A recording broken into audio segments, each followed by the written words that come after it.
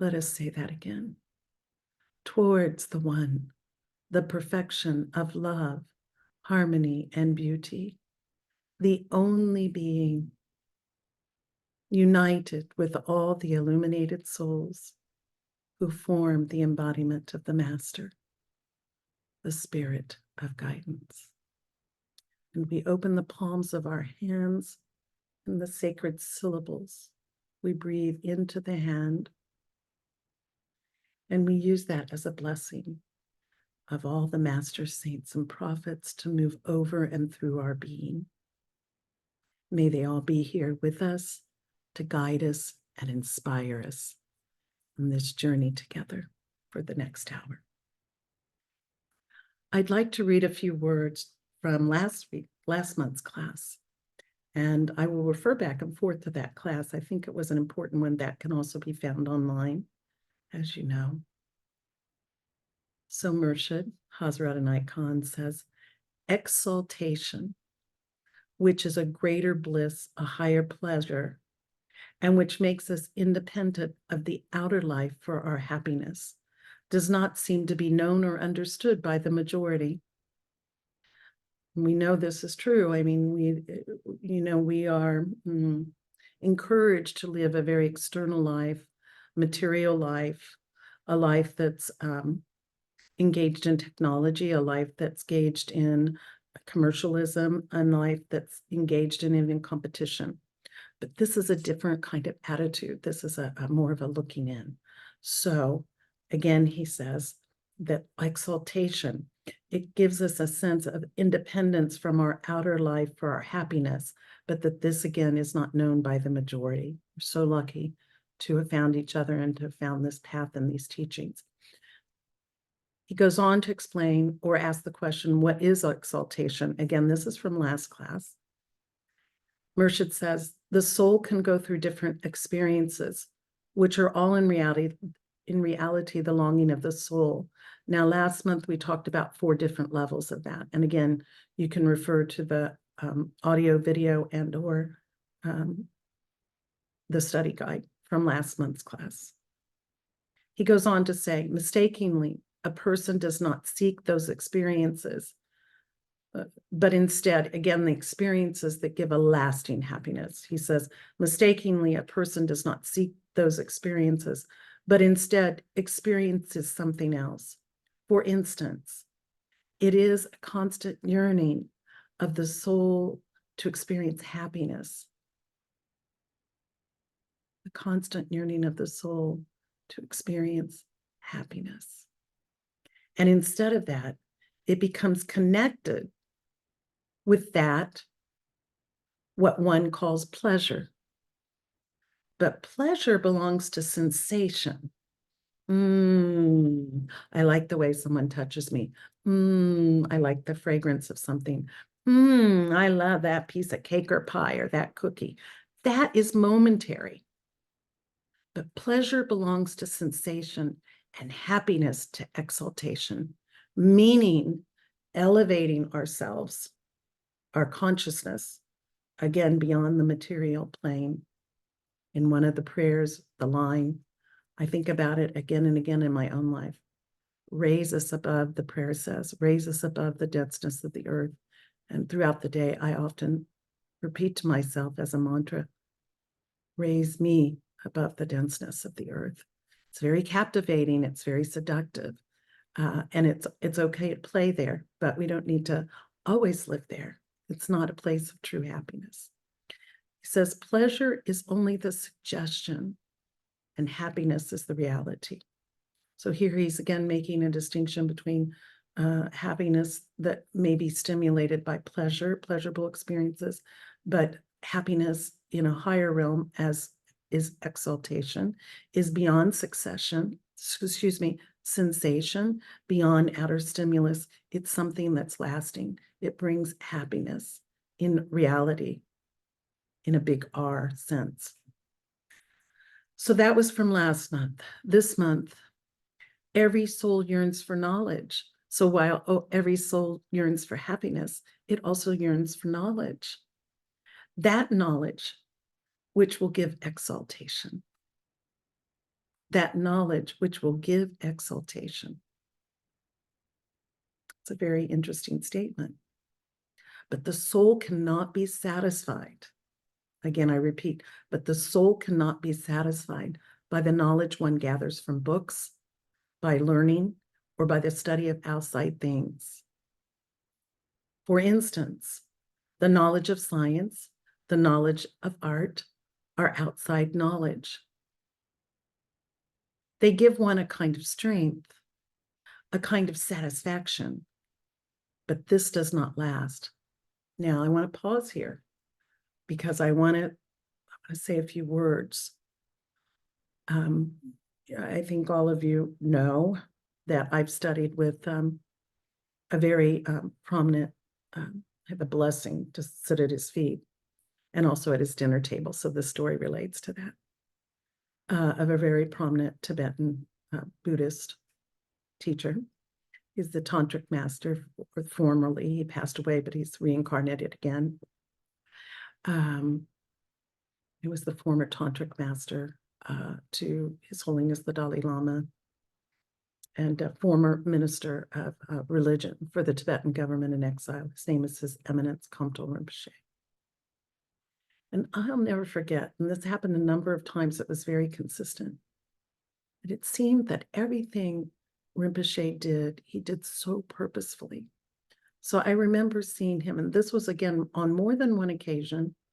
He would get a piece of bread and he'd bring it before him and he'd look at it as if he was looking through it, or the bread, something about it was communicating a deeper knowledge to him.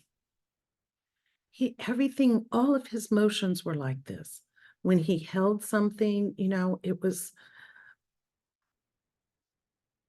so beautiful. And it was as if everything he was seeing was fresh and new to his eyes, or he was penetrating into it to get a deeper understanding. And so that is something I'll never forget, was especially noticing the delicacy of his hands, but also the way he'd stare at something so deeply and penetrating, as if every piece of food and every rock and every object and every statue and every person was speaking to him.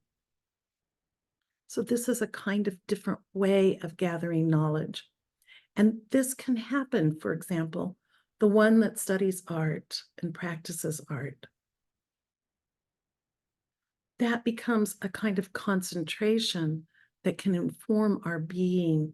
It's almost like the mind gets put aside, we get engaged in the activity, and something else emerges. Those that love gardening maybe have that through being involved in the earth or planting things and watching them grow. So that's not to say that the external world is of no use to us. It absolutely is. And we can be very informed by engagement with it. Back to Inayat Khan's words. So again, he says, for instance, the knowledge of science, the knowledge of art, and outside knowledge, they give a kind of strength, a kind of satisfaction, but it does not last. But if we can lift the veil and go deeper into it, that can be lasting. It is another knowledge that the soul is really seeking.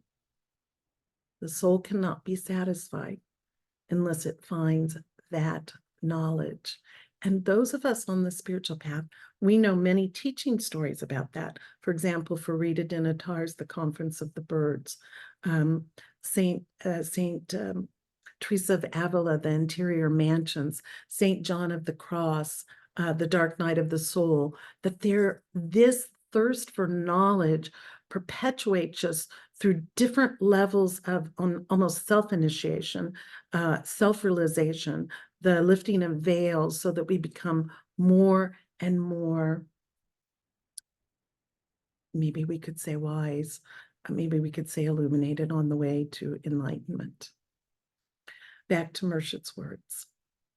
But that knowledge does not come, okay, the soul cannot be satisfied unless it finds that knowledge. And then he goes on to say, but that knowledge does not come by learning names and forms.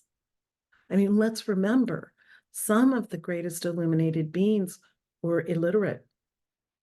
And yet there's millions of people that have followed their teachings over, centuries. So it's not about names and forms, it's about a deeper knowledge, a deeper realization.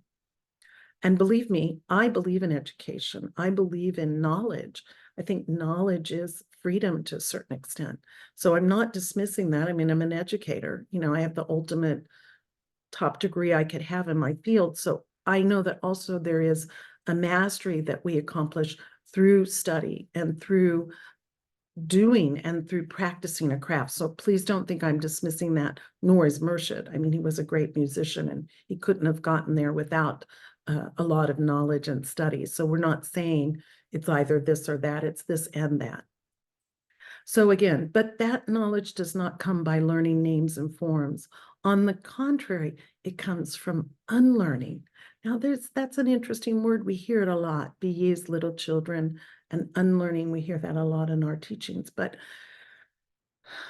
is it unlearning everything or is it unlearning selfhood? Selfhood, I'm this, I'm that, you're this, you're that. Maybe it's a kind of unlearning to have a kind of innocence in our engagement. It sounds very easy, but I think it's quite a mastery it takes to unlearn. It's as if that's one of the reasons we do our purification breaths every day, because we have to cleanse the impressions from the mind. And so unlearning away is removing those impressions that almost like, it's like looking at a cracked mirror where things are distorted or a broken glass. So we're just trying to get clarity. And sometimes unlearning helps us do that because it helps us shake ourselves free maybe from attachments and the idea of likes and dislikes. Hazrat Inayat Khan says, do not be surprised, therefore, if you read in some books of the East that Mahatmas, the great learned teachers, went into the mountains and sat there for many years. I do not say, he says, I do not say we should follow their example, but we can appreciate what they've brought from there. They went there to explore life, that aspect of life which is unseen and remains unexplored. Not the outer life, the inner life. The inner life.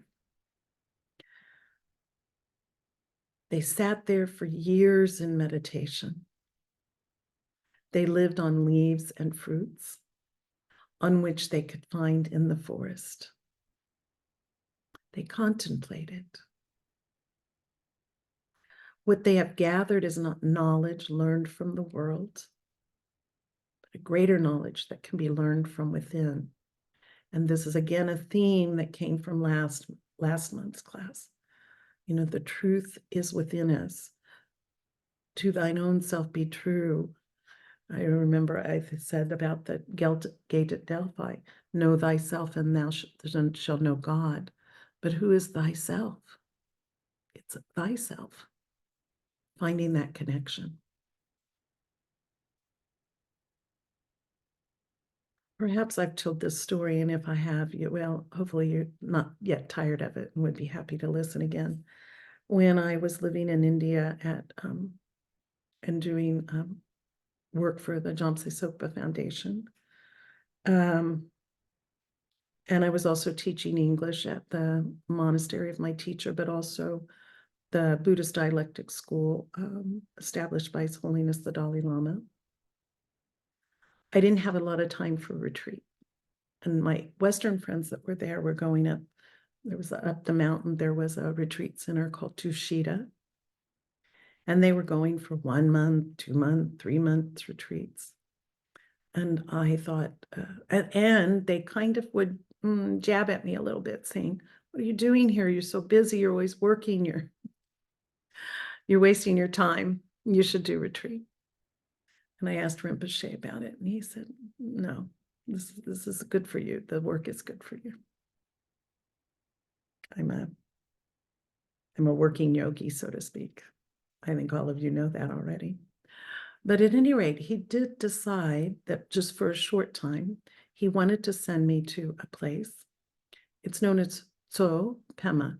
Tso means lake, Pema means lotus. It's the place where Padmasambhava Guru Rinpoche, who it is said was the second coming of the historical Buddha, he lived there. And the lake was created, the origins of the lake are mythical and mystical. It's said that the rulers of the kingdoms of the area became very jealous of Guru Rinpoche, and he had incredible powers, and he had incredible magnetism, and he had incredible beauty, and he had incredible skill, and people were drawn to him. And you know, throughout history, what happens. So anyway, it was such was the case with Guru Rinpoche. He had a consort named in the area. Her name was Mandarava. So they tied Mandarava and Guru Rinpoche back to back. And in the middle of this land at the base of the mountains, they made a kind of lake of oil, and they lit it for them to burn. Well, they didn't burn. Guru Rinpoche transformed that oil into a beautiful lake. And what rose out of the lake, like simultaneously, it became water with these beautiful lotuses. And still to this day, that lake is there with beautiful lotuses burning. Sometimes if you look up His Holiness the Dalai Lama, Tsopema, you'll see him. He's there at that lake, touching the water and everything. Well, this is where Rinpoche told me to go. And there's a prayer, and I'm going to share it with you in a moment. But I'm telling you this because I want to get to the point. This isn't so much about me, although it might sound a bit biographical, but I apologize. It's kind of part of the journey. And it's also a way of saying that through work, we can also gain knowledge, not just through sitting in meditation. Although what I want to tell you what I witnessed there. So Rinpoche gave me what's called the 7-limb prayer, and I'll say that in a moment. We can do that together. And then he said, I want you to recite this prayer again and again while you circumambulate, meaning that you're going in a clockwise direction around this lake. Now, the lake isn't huge, so that wasn't a big task for me. And then he said further, then I want you to walk up the mountain, and I want you to visit the people that have been meditating there. So there were monks and nuns, and they had been in these caves because the whole mountainside was filled with caves. And he said, try not to disturb, but if they're open to it, ask them if they'll let you go in. And I want you to look for evidence of Guru Rinpoche there. So I have to say, you know, people were very warm. And, you know, of course, I used Rinpoche's name. That was a door opener. And they let me in. And I said, Guru Rinpoche, you know, some of them didn't speak English. And they showed me. It's unbelievable because, you know, these great beings can transform even the harshest material substances. So they take my hand and they put it like at the top of the cave, and there would be an impression of a hand there. There's no way to do it because this is not, this wasn't a surface that somebody made. It's actual rock of the mountain. And then they'd say, and then like on the side of the wall, there'd be a footprint. And, you know, it was fascinating. I get goosebumps when I think about it. But this was the evidence that Guru Rinpoche left there. And these meditators were so refined and joyful, and yet they hadn't had contact with people, you know, for one 7 years, one 13 years. So, you know, there was such a sublimity to have this alone time to pray and meditate and look at the deeper side of life. We don't have that opportunity in this life unless we go away to do that. And even then, it can be a big challenge. So I'm sharing this because even the atmosphere, when I looked out over the valley where the lake was, a cloud emerged. I have to see if I can find, that was way before digital anything. So it was a literal snapshot with paper. But I asked people, I said, do you see that cloud? I didn't give them any clue what I was seeing, but it was the exact, there's a certain pose that we see of Guru Rinpoche holding his implements and a seated position, and it was him. He manifested in the clouds above the lake. I mean, kind of extraordinary things can happen if we're open.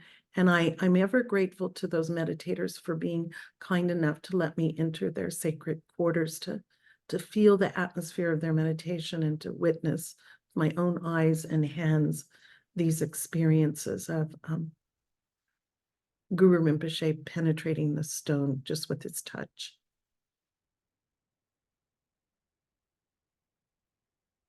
Now, some of you as Sufis or even as Christians, perhaps, I know that they do this at Unity, for example, they do take silent retreat. It's good to do that. It's good to do that under the guidance of and direction of someone. My own experience doing that was, my mind is quite mercurial. You know that I move very quickly, and sometimes I can switch subjects quickly.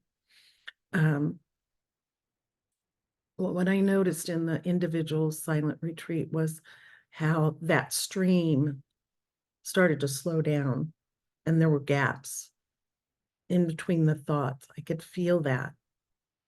It gives us a chance to look at our perpetual or even habitual thinking patterns.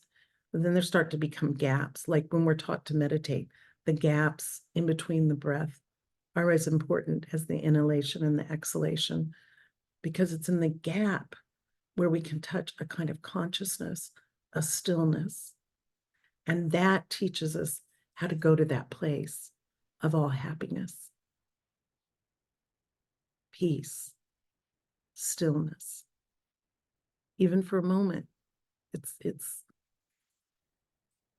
like the ocean, soothingness. So if you want to join me, it's okay. If you just want to observe, that's okay. But the 7 limb prayers, palms pressed together. Reverently, I prostrate with my body, speech, and mind. I make every type of offering actually offered and mentally transformed. I confess all my sins from beginningless time, and I rejoice in the virtuous deeds of ordinary and special beings. Please remain until samsara ends, turning the wheel of Dharma, freeing all beings from samsaric cyclic existence. This I request and dedicate for the benefit of all sentient beings. Svaha.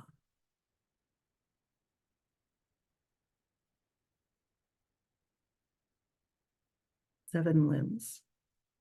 We pray this for the whole world. The world needs love. The world needs forgiveness. The world needs understanding. Svaha. So be it. Amen. So leading up, you'll see where I've been headed the whole way. I'd like for us to do this practice. It's a sacred name. We call it in Sufism wazaif or wazifa. In other traditions, we simply call it prayer. In other Eastern traditions, we might call it mantra. But I want to work with this practice, and this may be the first time as a group we're doing this. And this practice is called Shahid. Excuse me, I'm trying to get my shawl there. Thank you. Shahid means, O divine witness. So if you're not inclined to say Shahid, you could just say, O divine witness, as we do this practice. But let's look into the meaning of Shahid and why this is so important and connects to this teaching. Shahid is the omniscient witness, having complete and unlimited knowledge. We're searching for knowledge. Don't we want that?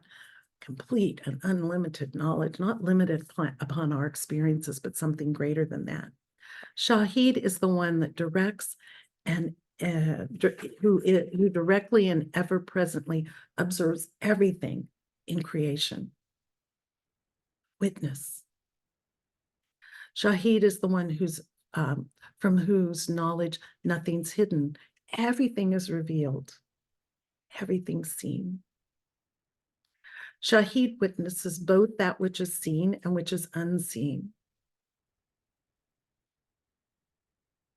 Shahid has knowledge of all that happens everywhere at all times. Al-Ghazali, some of you maybe have read some of his works, a great Sufi mystic, poet, author. He says, although some other Sufis are credited with this, but this is from Al-Ghazali, Sufism is based on experience and not premise.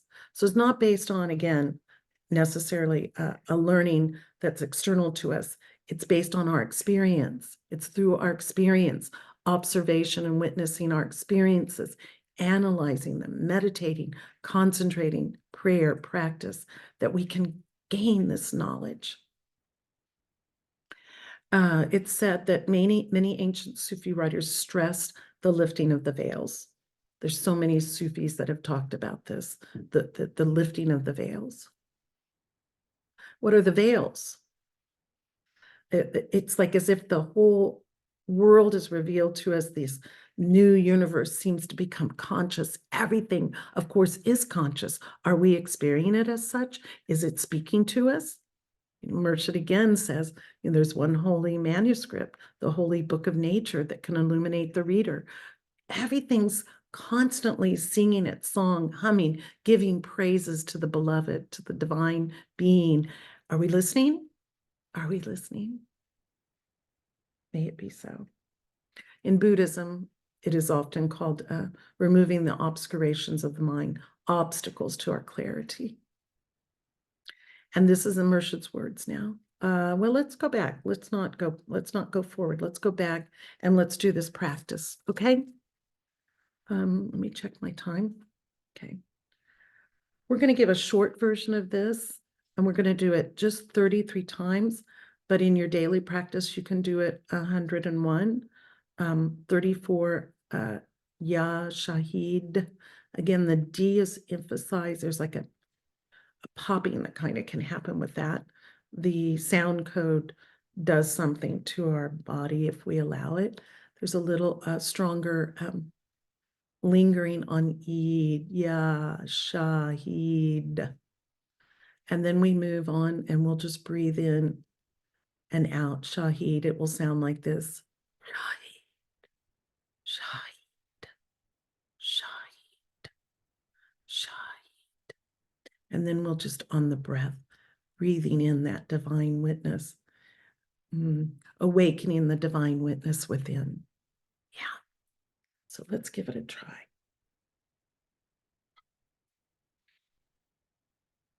Ya Shahid, Ya Shahid, Ya Shahid, Ya Shahid, Ya Shahid, Ya Shahid, Ya Shahid, Ya Shahid, Ya Shahid, Ya Shahid, Ya Shahid.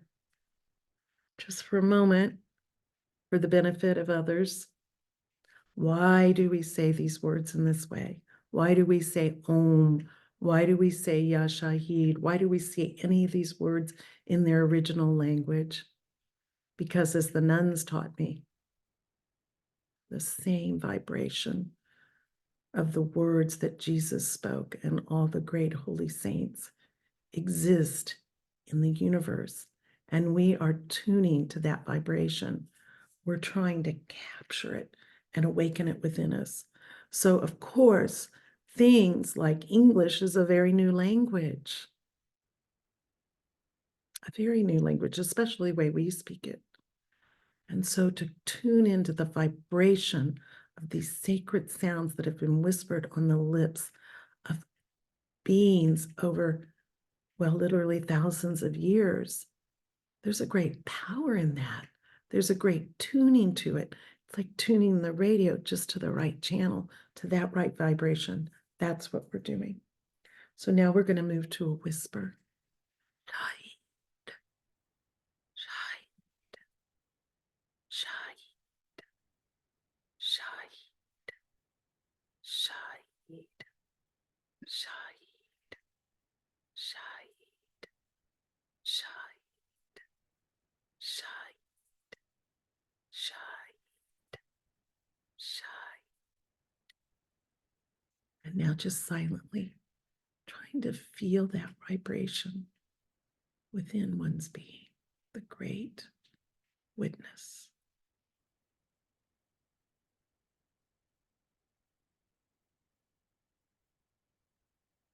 As if every cell in your being is sipping in and enlivened with the divine witness.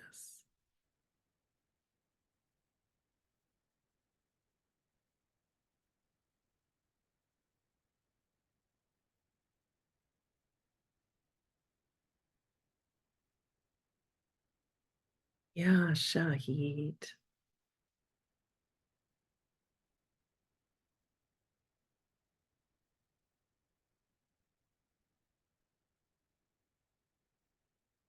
Inayat Khan goes on to say, one can see pictures of Buddha with closed eyes, sitting cross-legged. What does that symbol convey to us? If you have a museum near you, or even online, or if you have statues, really deeply contemplate that. When I lived in Kansas City, we had a beautiful collection of Asian art.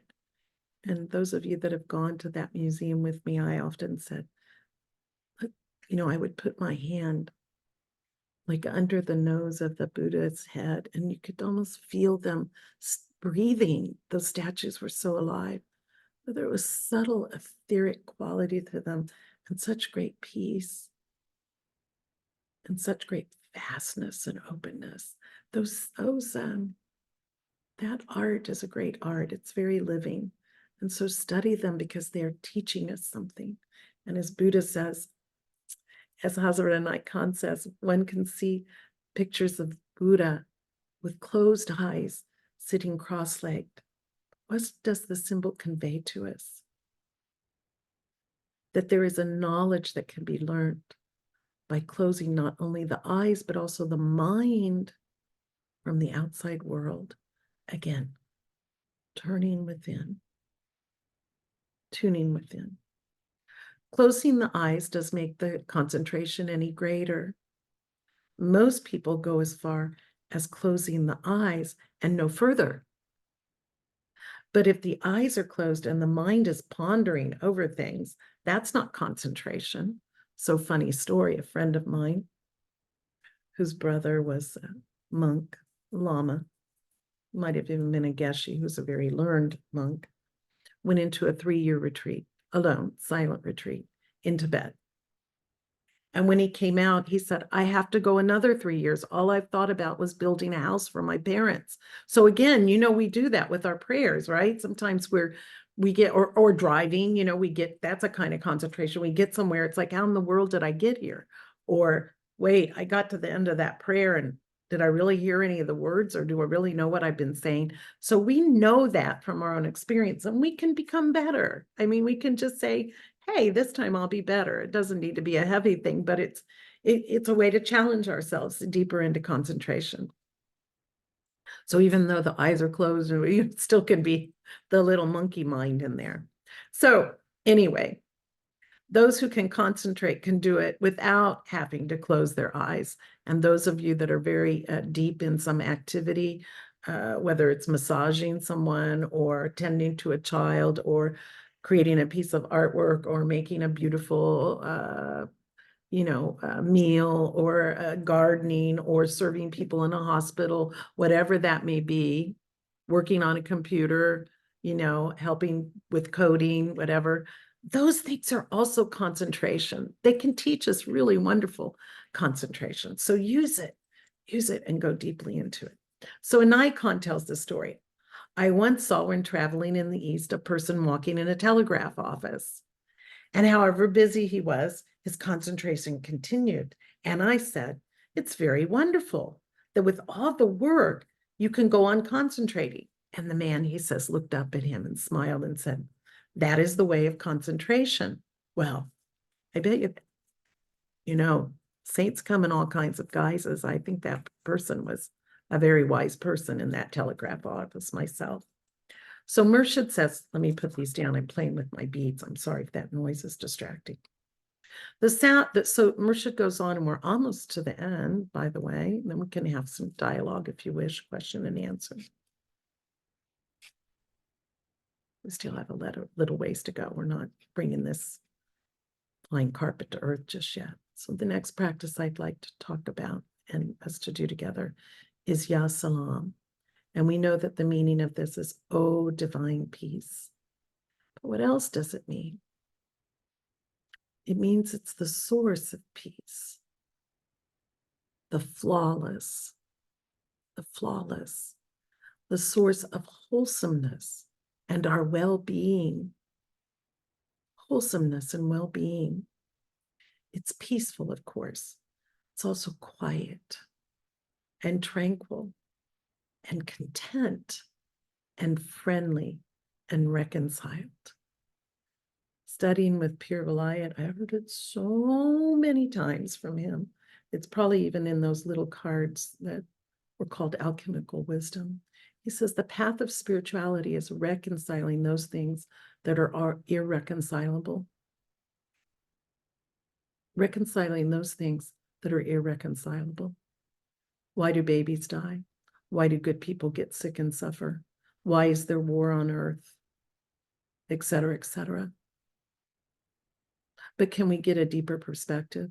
What's God's viewpoint on that? Is it our limited judgment that doesn't allow us to see a greater purpose in all of it?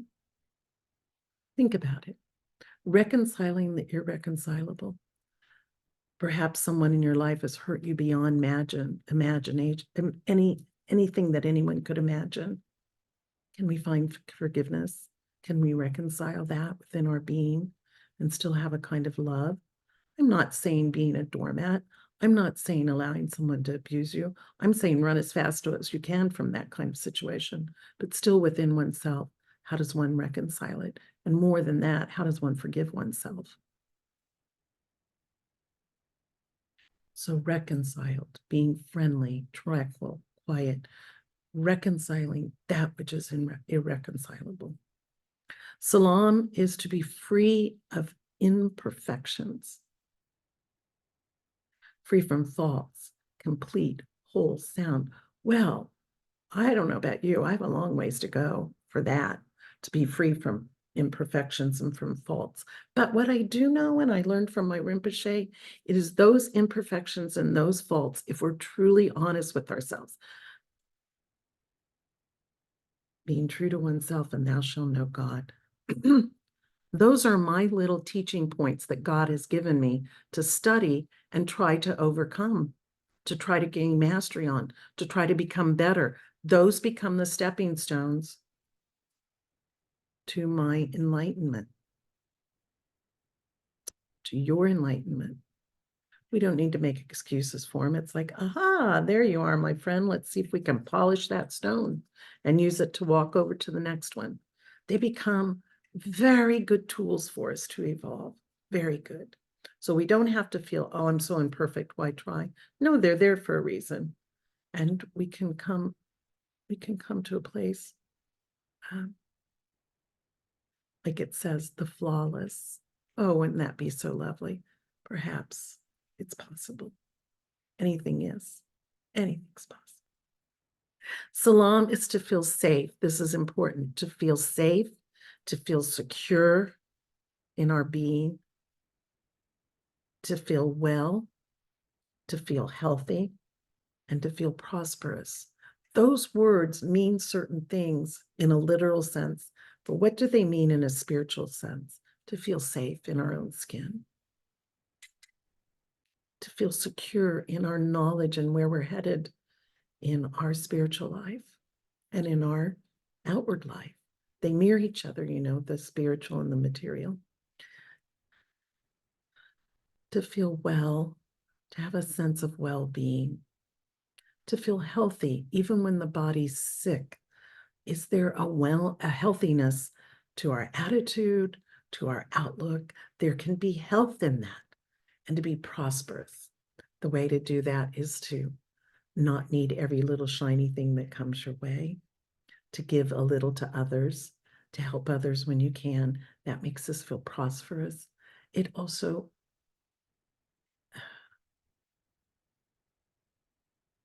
to feel prosperous, to be content with not having to have so much, but to appreciate what we have.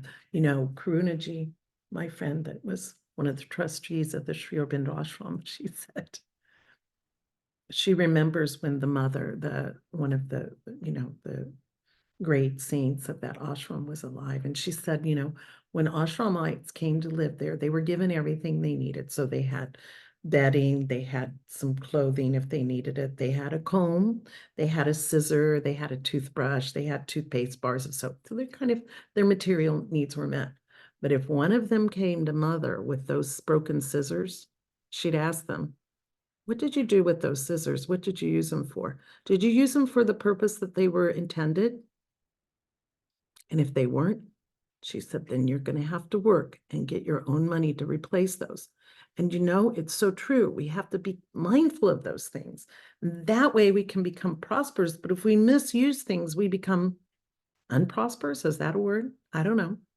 But let's think about that. There's another story. One of the relatives of Mahatma Gandhi, it might have been his grandson. I think some of you also in Kansas City, I know at the college, we met some of his relatives, and there was this story that they told. Yeah, I'm pretty sure it was through one of them. It could have been a story I heard in India when I visited where he lived in his last days, but he had a pencil that his Gandhi's grandfather had given him. And the pencil got very, very small because he had kept using it and shaving and shaving. Maybe it was the grandson of Gandhi talking about this experience.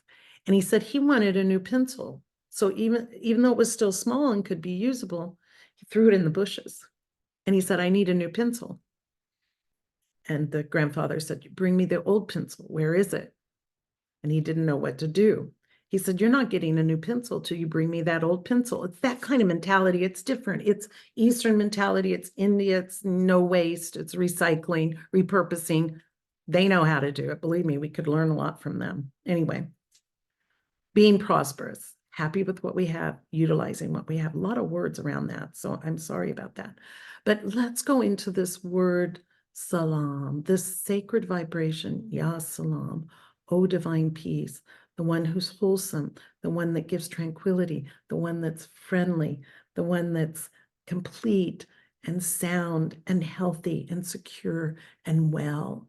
So there's so many layers to salam that maybe we didn't even know about before, but now we can experience them. So again, we'll do the short version. A 33, which is 11 and 11, 11, aloud, whisper, and silently. And if you just want to repeat it as a mantra, peace, peace, peace, that's okay too for yourself. Emphasis on lam. Put the lips together. So salam. If you put them together, you won't get it from the word just peace, but you'll feel a vibration happening in your body. It opens up to the sound code. Ya salam. Ya salam. Ya salam. Ya salam. Ya salam. Ya salam. Ya salam. Ya salam. Ya salam. Now breathing in and out salam on the whisper. Salam. Salam. Salam.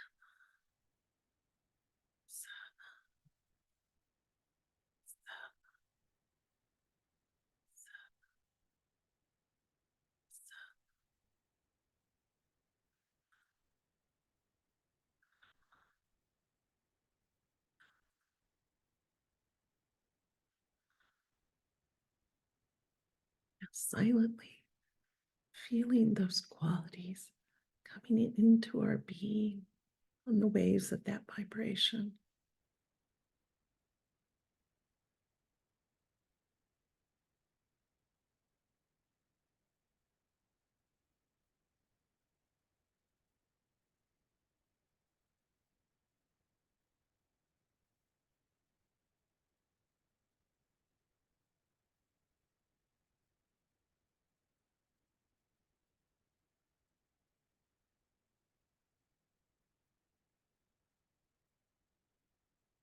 Yasama.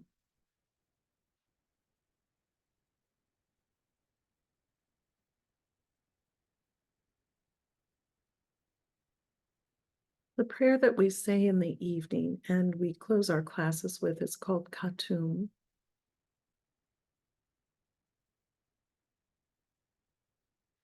Murshid said of this prayer that each line is a living metaphysical reality. And so I'd like to do this prayer using the breath, breathing in and out. But before we do the practice, and I'll guide us what phrases we breathe in and out on. In the study guide, italics is always breathing out.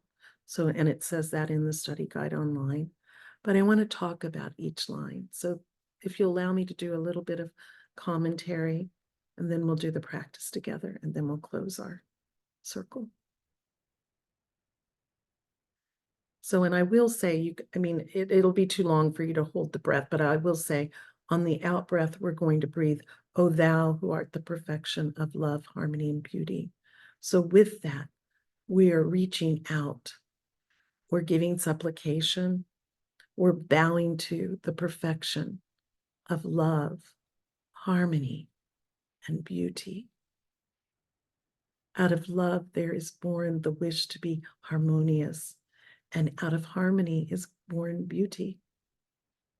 And then we'll breathe in the Lord of heaven and earth.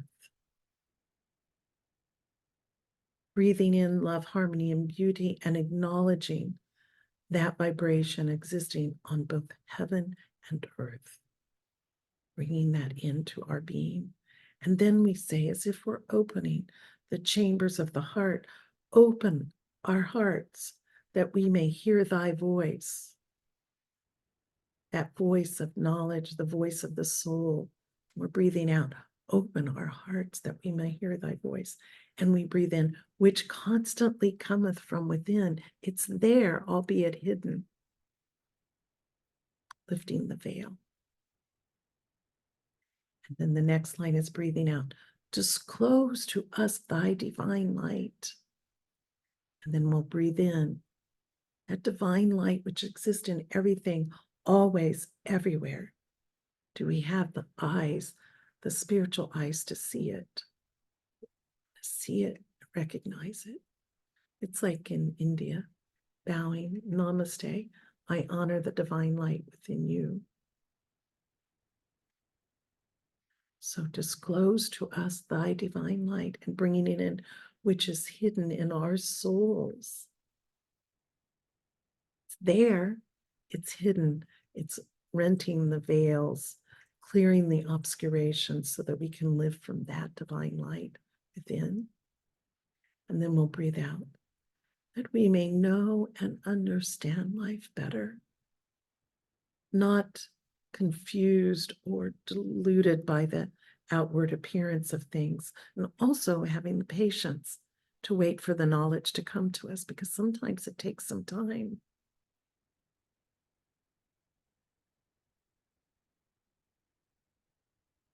Which is hidden in our souls, and breathing out, that we may know and understand life better, and breathing in, most merciful and compassionate God, may that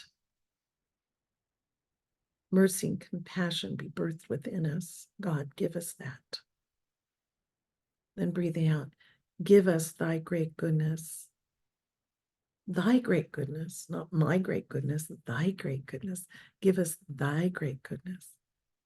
And breathing in, teach us thy loving forgiveness, reconciling those things that may be irreconcilable. Teach us thy loving forgiveness. and raise us above the distinctions and differences which divide. Mershid put the word men at the end, men, which divide men, meaning humanity. You know, we could say raise us above the distinctions and differences which divide humanity. We are all flesh and blood. We all are born, we all live, we all love, and we all die. That supersedes anything else. We are the same in this experience of humanity. It doesn't have race, it doesn't have religion, it doesn't have creed, it doesn't have national boundaries. It's called humanity, the one life. I heard that song. I was doing exercise this morning. It's a dance exercise. And it was one love, one life. Let's get together. It will be all right. It's beautiful words. That's it. And then we breathe in, send us the peace of thy divine spirit, which is hidden in our souls. And then unite us all in thy perfect being. Amen. Amen. Shall we try it? I'll tell us, we're gonna begin the first line of the prayer, and I'll say it aloud, and you can just work with it on your breath. Take a deep breath in and breathe out. O thou who art the perfection of love, harmony, and beauty, breathe in, the Lord of heaven and earth. Breathe out, open our hearts that we may hear thy voice. Breathe in, which constantly cometh from within. Breathe out, disclose to us thy divine light, in which is hidden in our souls. Out, that we may know and understand life better. In, most merciful and compassionate God. Out, give us thy great goodness. In, teach us thy loving forgiveness. Out, raise us above the distinctions and differences which divides men, humanity, peoples. Breathing in, send us the peace of thy divine spirit, and out, and unite us all in thy perfect being, and in me.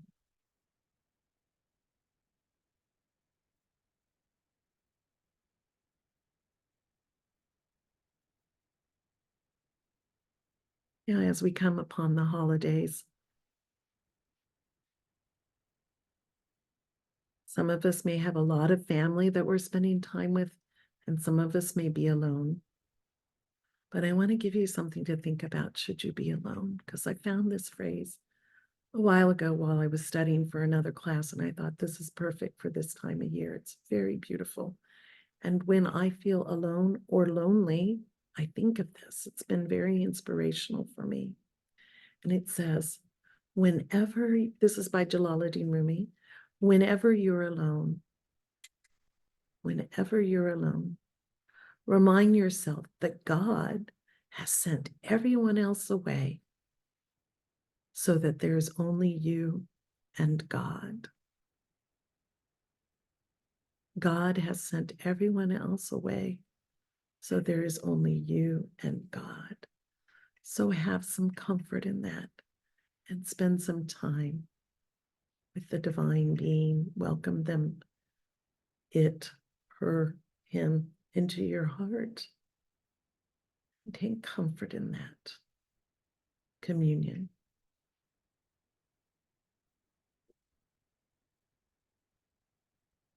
So I'd like to dedicate the merit of this time together. And I pray that there's some wholesomeness that has arisen, and may that spread in ever widening circles, even into other areas of our universe and beyond, to touch every living thing, so that every little living thing can have peace and equanimity and life and light and love in their lives.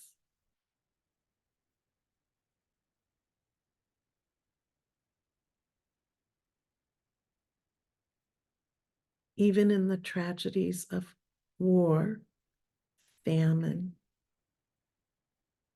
thirsting,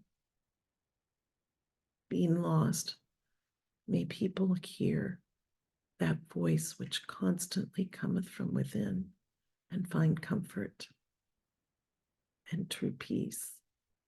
Ya Salam.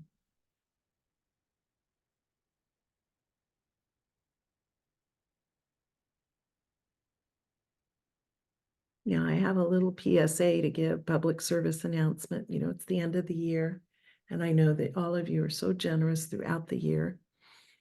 And yet this year, I've done so many classes for other groups. And while I'm doing them, they don't offer anything to the Sufi message, so that keeping this boat afloat is kind of dependent upon me and your kind generosity. So I know some of you give on a monthly basis. I'm not asking for more, but if you want to give a little bit more, that's okay, because we do have these expenses of especially the technology that connects us. And I would hope that in your gifting, I might gather a little bit of money to send to the Hope Project in India in our names as a group. And the Hope Project, as you know, is in the poorest area of New Delhi, and it's by the resting place of our Murshid, Inayat Khan. And that place teaches women handicrafts so they can earn money. It gives food to children. It helps with education.